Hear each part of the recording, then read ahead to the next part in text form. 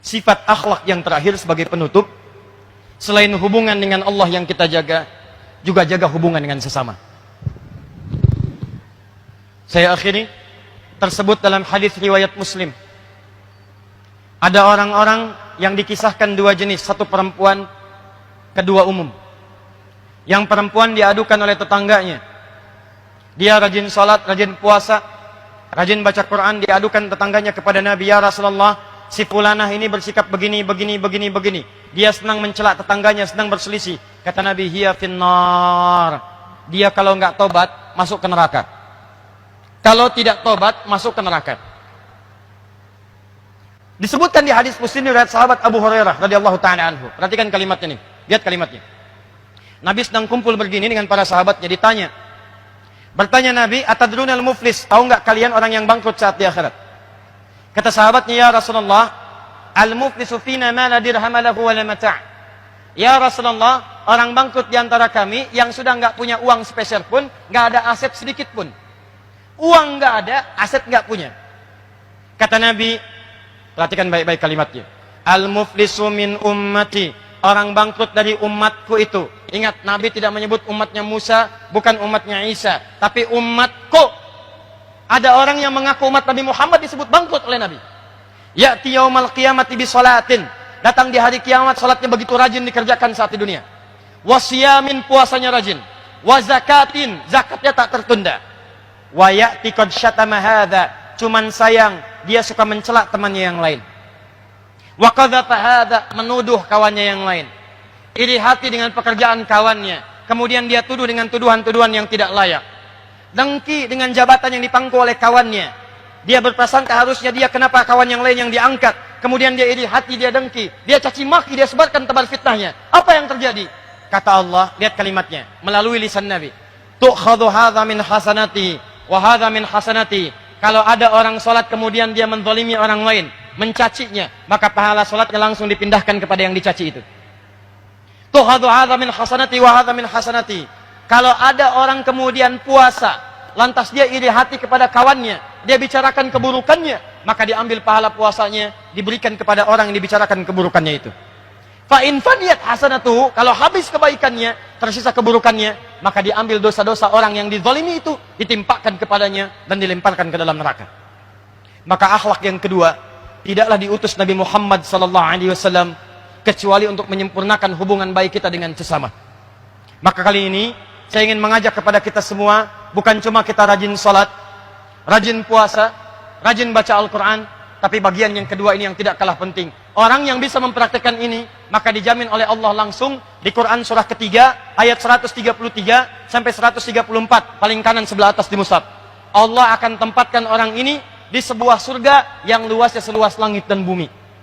Kalau nggak percaya, silakan. Anda amalkan, berdoa, cepat meninggal. Begitu Anda selesai, kembali kepada Allah. Seluas langit dan bumi. Mau maraton, silahkan, gak ada ujungnya. Mau koprol, bebas. Apa amalannya? Amalan pertama, alladzina yunfikuna fis sarra'i wad dharra. Dia gemar berbagi dengan sesamanya. Maka ayo praktekkan. Teman-teman yang di provinsi, begitu dapat tambahan, dapat promosi, dapat macam-macam, ayo silakan infak. Ajak teman-teman, syukuri. Boleh jadi Anda naik jabatan itu bukan karena Anda hebat juga, karena teman-teman Anda membantu Anda. Kalau nggak ada tukang fotokopi, bagaimana naskah-naskah Anda itu bisa diperbanyak? Kalau nggak ada yang ngetik, kalau nggak ada yang nyediain komputer, kalau Anda haus nggak ada yang nyediain teh, bagaimana Anda bisa menunaikan tugas dengan baik?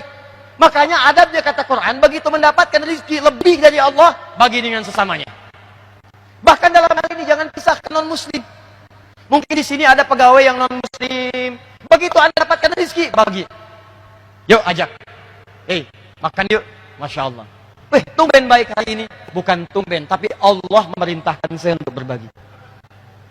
Begitu mendengar kalimat Allah dalam jiwanya, boleh jadi hidayah akan terpajang dalam dirinya. Allah, besoknya dia panggil lagi. Pak, kenapa? Apa Allah belum perintahkan untuk berbagi hari ini? Anda silahkan cek. Banyak hadis-hadis Nabi itu mendorong kita untuk berbuat baik dengan sesama.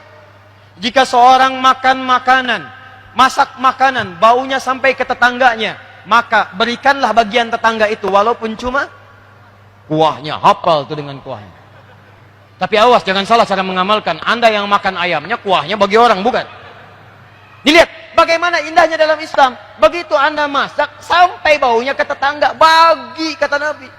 Dia punya hak, dia merasakan baunya.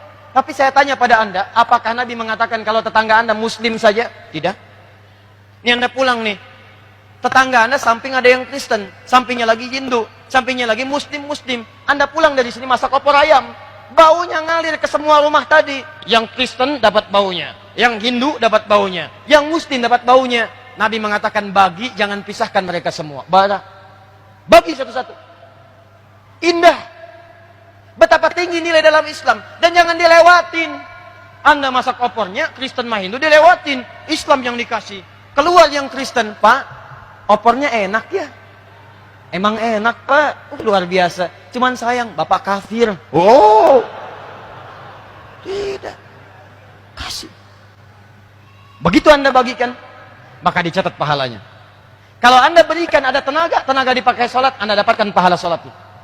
Anda berikan pada penghafal Quran, diberikan mushaf, begitu dibacakan oleh orang ini, setiap hurufnya 10 pahala untuk Anda. Nih, modalnya 50.000. Simpan mushaf di masjid nih. Begitu Anda simpan, dibaca oleh seseorang, satu huruf aja, satu huruf, baca satu huruf, turun At-Tirmidzi nomor hadis 2910.